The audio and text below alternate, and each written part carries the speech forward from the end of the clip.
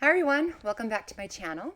Or if you're just joining us, my name is Denise, and I talk about cases that have fascinated me my whole life and frankly have left me stumped. So today we're going to talk about a case that I've been fascinated with since 1996, and it is Darlie Routier and the murder of her two 5 and 6-year-old sons. Darlie was convicted and is currently sitting on death row for those murders. Today I'm going to be going through all the evidence that points to her guilt, and I'll also be going through some evidence that her supporters say points to her innocence. And then I'll give you my own conclusions and what I think really happened at the end. So let's start with Darlie and Darren Routier. They met when they were very young and got married when Darlie was 18. And then she had her first child at 19, and that was Devin. Darren started his own electronics business, and it actually became quite successful. So in 1995, they moved to a beautiful house in Rowlett, Texas. And they had a Jaguar, they had a boat, and they were living large. Darlie was taking a lot of trips, and she had a lot of expensive jewelry. And she even gave herself, I'm sure with Darren's urging, a giant boob job. So, by all appearances, it would seem like Darlie was living the kind of life that any woman would have envied.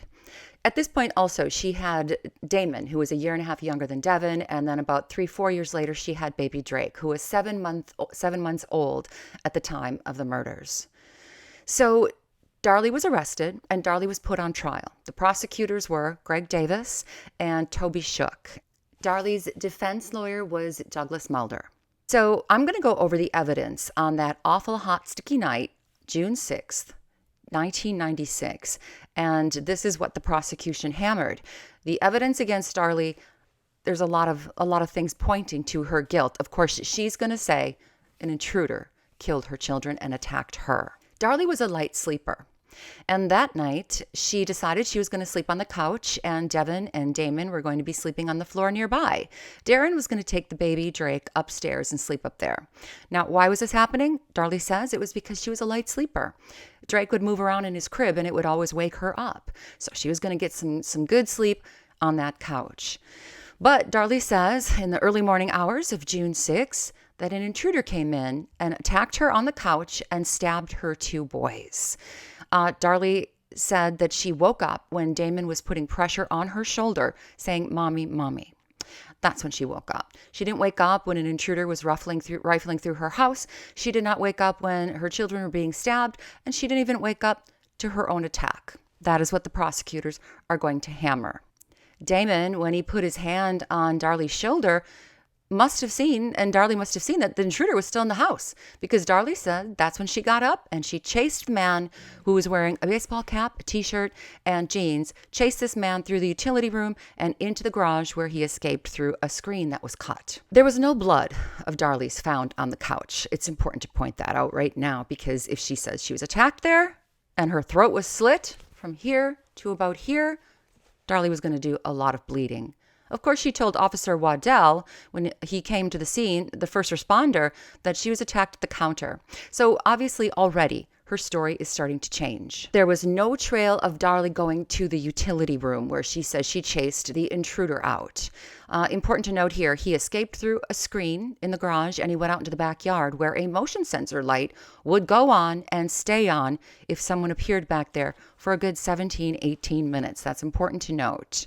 James Cron was the crime scene investigator who came through the crime scene after it had been secured by the officers. It took him 30 minutes to say there was no intruder in this house. He took the stand, and he had said he had about 20,000 cases of investigations under his belt, so he was considered quite an expert. It's important to note, too, that the investigators eventually took the kitchen sink out to study it more. And why did they do this? They sprayed luminol in the kitchen sink, and it lit up like a star. And that means there was a large amount of blood in there, and the blood was diluted, and it looked like the countertop had been wiped up. And a prosecutor said that this is where Darlie actually slit her throat, and she was bleeding profusely, and the blood was actually dripping on the edge of the sink, running down past the cabinet and onto the floorboards, but it looked like somebody had cleaned it up. In her own defense, Darlie would say that she was wetting towels and putting them on her boys to stop the bleeding. Keep note of that, because that's going to come up again later. Also, Darlie's footprints in blood throughout the kitchen it looked like she was moving around quite a bit in the kitchen, but there was broken glass and an overturned vacuum cleaner at the crime scene. And very important to note about the broken glass was it was on top of Darlie's footprints. James Cron had told, Darlie was in the hospital being treated for her wounds. James Cron had told hospital staff to look at Darlie's feet for signs that she had been cut, and there were none, meaning she did not step on that broken glass. The broken glass was put there after her bloody footprints was. And same with the vacuum cleaner. It looked like it had been rolled on the crime scene and pushed over. There was no footprints of Darlie going through the utility room. And more importantly, there was no sign of an intruder going through the utility room. You would think that he also would be leaving footprints in blood going through the utility room and out into the garage. James Cron found absolutely none of this evidence. No DNA, no outside debris, nothing that would show an intruder was in that house. And he made his decision in 30 minutes that somebody from inside the house committed this murder. Darlie said the intruder dropped a knife in the utility room, but there was no impression of the knife in the utility room on the floor as if it had been dropped. And if there was blood on it, it surely would have left an impression, like it did on the carpet in the family room where somebody had set down the knife, maybe in between the stabbings. There's a clear impression on that carpet. Let's talk about the 911 call, which is something that so many people have heard already. And I will play little bits of pieces of the 911 call where I feel it's significant. Darlie had said she found a knife and the operator said, "Don't touch anything." And she said, "I already picked it up. We could have gotten the prints maybe." I can understand saying this once, but throughout the rest of the next couple days and to the first responders and the hospital staff, that's all Darlie talked about was the fact that she picked up the knife and she probably ruined the chance of getting the intruder's fingerprints. She was really dwelling on this issue, as you can imagine why. She was the one that had touched the knife. Also during the 911 call, Darlie said they.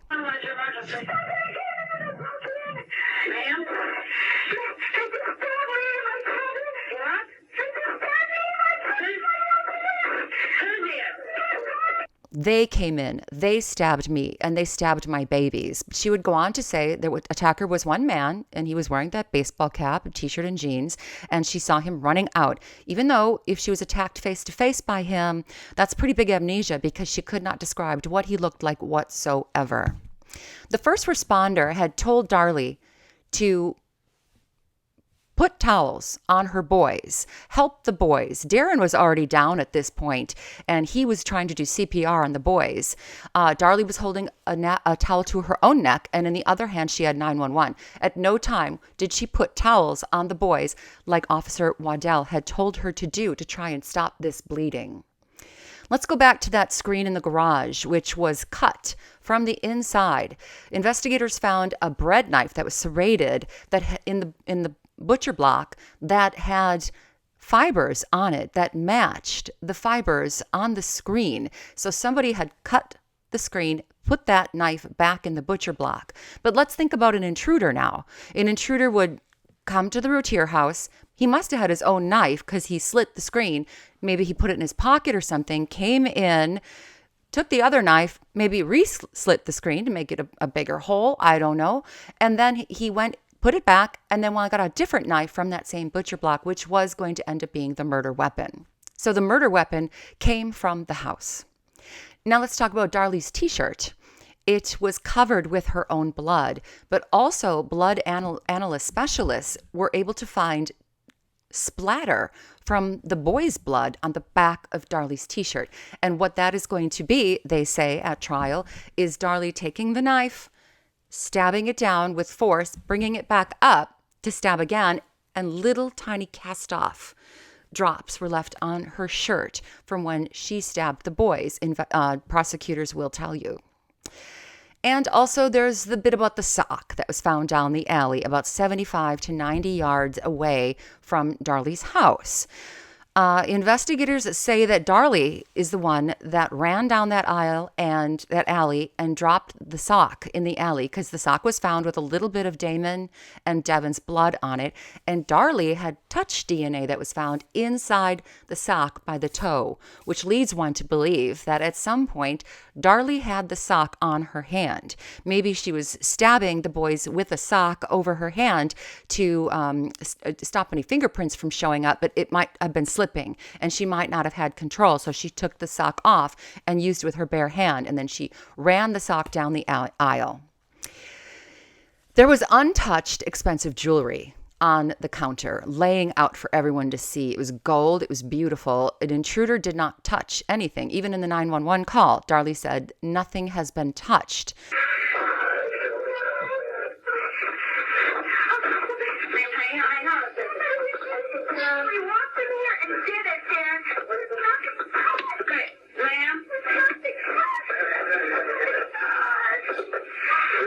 Darlie was trying to sell that jewelry to her maid for about $10,000, and so maybe that's why it was on display.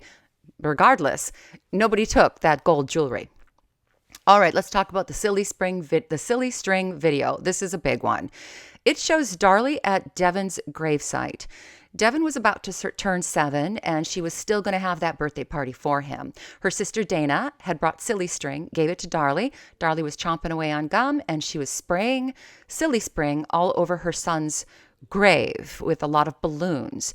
And the jury ended up watching this video about 7 or 8 times because I think it was impactful. It just showed a mother who had lost her children acting in that manner. The Routiers had called a local TV station and said, "Come film this birthday party. We'll give you a quick interview." And that's what happened. What the defense did not show, that a lot of people point to, was a solemn prayer service before the silly string video that the police had on recording, because they were doing surveillance, which is common for police to survey gravesite scenes in case they can have anyone that would confess, or to see who would show up. The defense chose not to show the solemn prayer service beforehand. Darlie also had a lot of letters. So after she was arrested, she wrote a lot of letters to friends and family. And in those letters, she had said over and over, "I know who did it. I know who did this, and they're out there, and we're trying to help the police pin the murder on these men."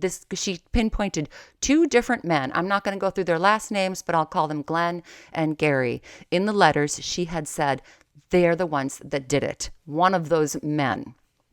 Prosecutors brought that up and asked her about that, and she said that's all. That's what she heard. She doesn't know who did it. All she knows is that she did not do it. Prosecutors also found Darlie's journal, which was just about 6 entries, and it was written days before the murder, and she talked about taking her own life in those journals. She said she just can't fight anymore, and she's so sorry, Devon and Damon and Drake, and how much she loves them, and they should forgive her for what she's about to do. She would go on to say that was silly of her to say, and that she really had no intention of killing herself. And she said that she called Darren. Darren came over and they discussed things, and everything was fine. So, motive. The prosecution will say we really don't have to provide a motive in this, but they did point to a few things that stood out. One of them was Darlie's suicide behavior, her suicide thoughts in her journal. In her journals also, Darlie said she was missing something in her life. Remember, she had gotten married and she had children at a very young age. And in June 1996, Darlie was a mere 26-year-old. She had 3 children, and she was living a life that maybe she was surprised she was living. She was already a mother of 3, and she had a lot of responsibilities in her life. So the prosecutors were saying that Darlie was vain, and she was spoiled, and she had snapped. Also, the Routiers were in debt. Even though Darren's business was successful at first, their credit cards were maxed, and they were 2 months behind on the mortgage, and they were being threatened with foreclosure. Darren had tried to take out a $5,000 loan right before the murders, and he was denied. Darlie was yelling at him to sell the boat. They don't use it anymore since baby Drake was born. They were fighting. the night before, they were fighting. That is what prosecutors say. And it was a big enough fight that it also helped Darlie to go on to snap on June 6, 1996. Also pointing to motive, the prosecutors had said Darlie was on fen-phen, which was a popular diet drug in the 90s. It has since been outlawed because it had heart disease side effects. It was hard on the heart. It was an anti-obesity drug. It was an appetite suppressant. And Darlie was taking fen-phen. And one of the big side effects of that is anger and mood swings. Also, neighbors will go on to say that Darlie was not the fantastic mother that everyone, all her supporters, claimed she was. Throwing birthday parties. It was the new Nintendo house. The kids had all the latest and greatest toys. But neighbors will say that they heard Darlie snapping and swearing repeatedly at her children. And also, they would play outside on blocks away, riding their bikes, completely unsupervised. And here's something that I really want to stress, because to me, this is glaring. It didn't show up at the trial because the judge ruled it to be not significant enough to point as evidence. Darlie's maid had come in right before the murders, and she was cleaning Darlie's house, and she asked where the baby was. And she found baby Drake wrapped in Darlie's lap, swaddled so tightly that when Helena said, "Give me the baby," she unwrapped Drake, and he was drenched in sweat, and his lips were turning a little blue. And Darlie said, "He likes being swaddled like that." But I have to ask, what was really going on there? What was really going on with the swaddling that tightly of that poor baby that his lips were turning blue, and the housekeeper had to come in and rescue him? A lot of people were saying to Darren, "You better watch Darlie. Something's not right with Darlie. She's losing it a little bit." But Darren was being selfish, and Darren completely ignored the matter and just went on with life as usual while something was spinning out of control. Well, now let's talk about some of the supporting evidence that points to Darlie. And her supporters will say an intruder came in and killed these two children and attacked Darlie. The supporters will say that even the Innocence Project took up her case in 2018. They like death sentence cases. So the Innocence Project also was in full support of Darlie. They say there was a fingerprint on the glass table that did not belong to Devin, Damon, or Darlie, and it was smudged a little, but they want to find out who that fingerprint belonged to. Maybe it was the intruder. The sock was a big deal for the defense.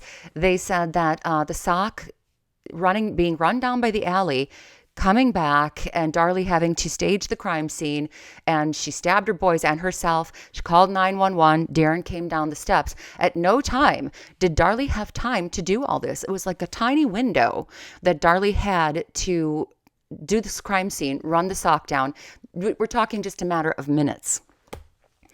Darlie almost died, they say, because of her injury. Remember, she was sliced from here to here, and it was just 2 millimeters, just a tiny little fraction away from her carotid artery, which meant she would have bled out, and a necklace was embedded in her neck.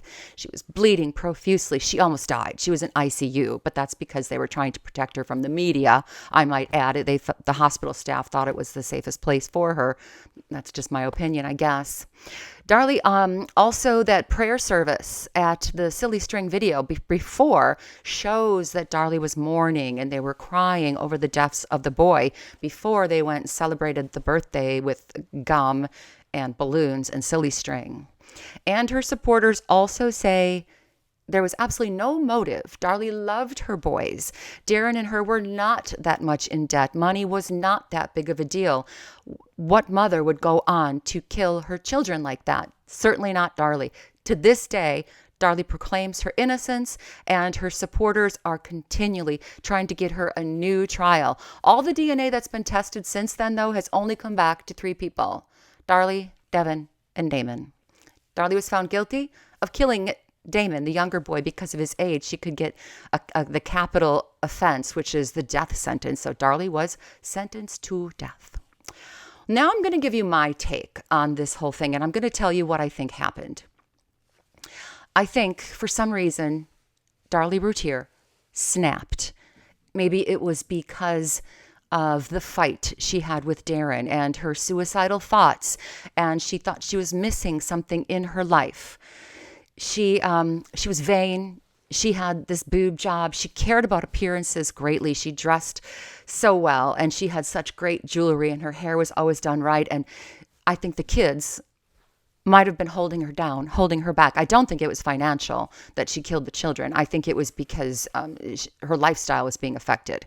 The boys had some life insurance, maybe $5,000 on them each. There was nothing. I do not think money was a motive.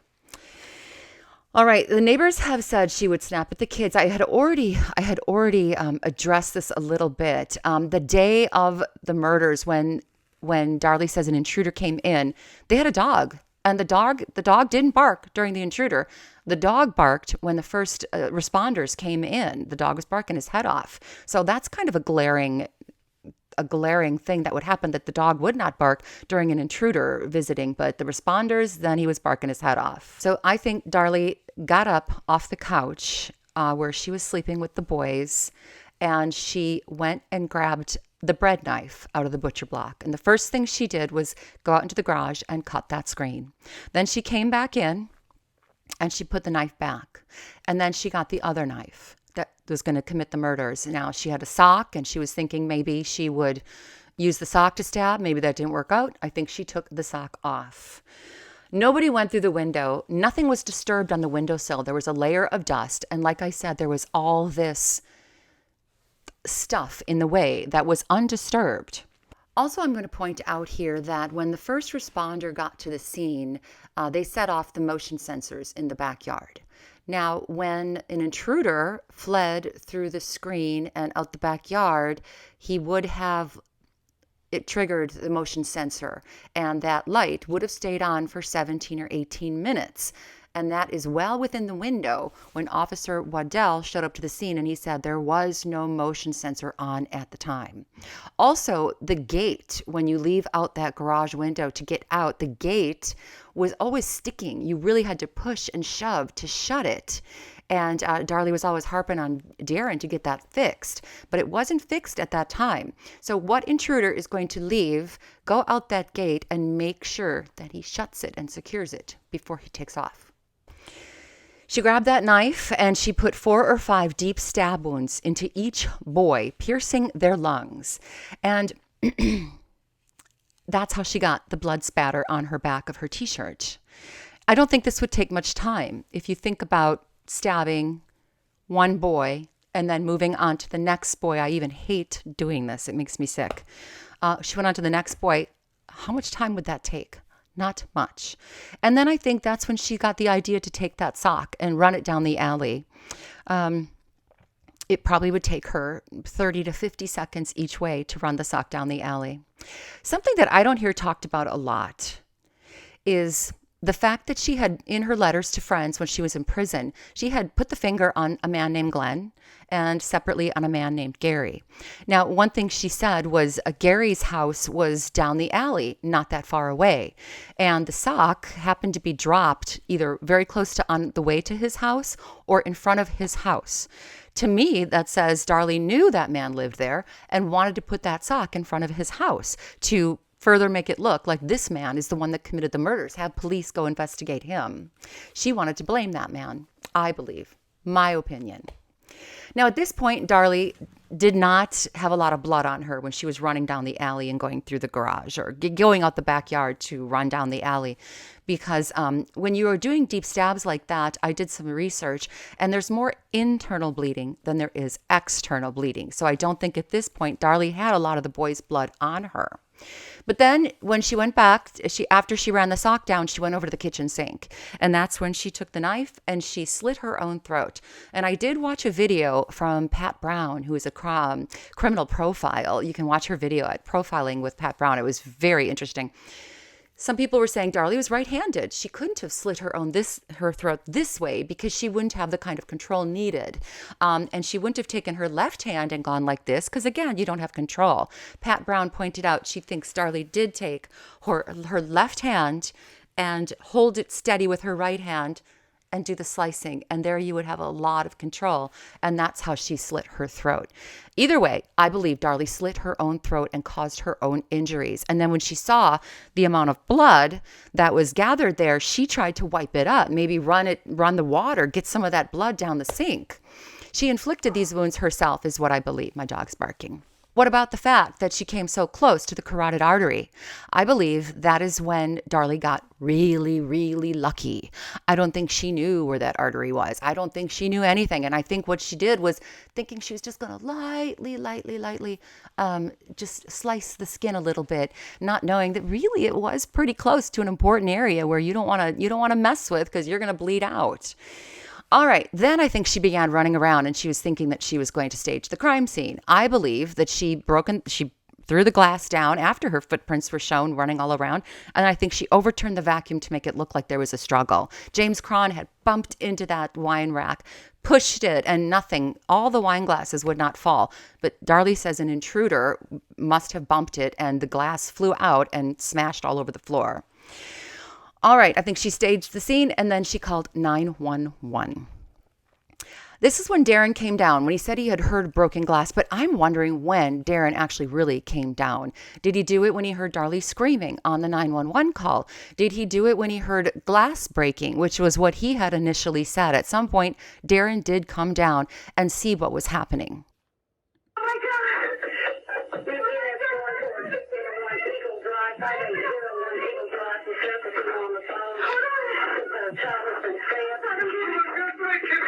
Ma'am, I need you to calm down and talk to me. Personally, I believe Darren knew immediately it was Darlie, but he was going to help her cover this up. And some people even say that maybe Darren, who was very good at CPR, was actually the one who slit Darlie's throat and was very careful in how to do it. Some people actually question whether Darren was the one that ran the sock down the alley, giving Darlie more time to mess around with the crime scene. This is all speculation. Nothing has been proved, but you can hear Darren on that 911 call. There's talk of Darren hiring someone to create a burglary at his house because Darren was looking for insurance money because they were hurting financially. We don't know that he actually did do this. We don't know how far this went along, but nothing like that happened. Besides, robbing and burglarizing a house is a lot different than stabbing two little boys to death. Okay. I don't think that Darren was involved personally. I don't think he was involved in the killing. If anything, he helped her clean it up, or if anything, he definitely knows to this day that she did it. Darren and Darlie at trial were changing their stories a lot. One story that was glaring that they changed was Darlie had said that she was wetting towels and putting them on her boys. And that is why there was diluted water in the sink when there was absolutely no towels on the boys. Even Darren on the stand said Darlie was wetting towels and putting them on the boys. But remember, first responders, paramedics, there were no towels on the boys. What they were trying to do was, as evidence was coming in, they changed their story to fit the evidence. So both Darren and Darlie were saying, oh, she was wetting towels by the sink. That's why that was going on, which is crap. There was no evidence of an intruder in this house. He would use his own knife to come in and cut the screen and then use a different knife to cut the screen again. I don't think so. The silly string video with the prayer service before, I don't care about that prayer service. That's all fine and good. Of course, Darlie's putting on a show. Her parents and her family are saying we need to hold a prayer service at the cemetery. That's great. That still doesn't mean Darlie didn't do it. Of course, she's going to say, yes, let's have a prayer service. She's not going to say, I don't want to do that. Let's just go straight to the silly string video. Darlie is playing along at this point. So I don't care how solemn the prayer service looks. It doesn't mean she didn't stab her boys just because they were praying. All right, the books that I have read about Darlie Routier, I'm going to just point to two because these were really good. And this one is really noteworthy. It's called Precious Angels, and it's by Barbara Davis. Barbara Davis sat through the trial, and she was privy to every little detail at the trial. And she wrote this book, and let me tell you, it's scathing. There's a lot of detail in here about how she thinks Darlie was absolutely guilty. But guess what? Not long after, and I have no idea why, Barbara Davis changed her mind. She said because of evidence she didn't know about. Specifically, these photos of Darlie with deep, heavy bruises along her arm, both arms. She said, had I seen those photos, I might have had a whole different story. One juror also said that as well. Here's the problem, though. The jurors did see those photos because the fact that Darlie's arms were bruised was addressed at trial. In the hospital, though, after the attacks, and bruises do show up about 24 hours after an attack. Darlie was in the hospital for, I think, 2 nights at least. Hospital staff saw no signs of bruising.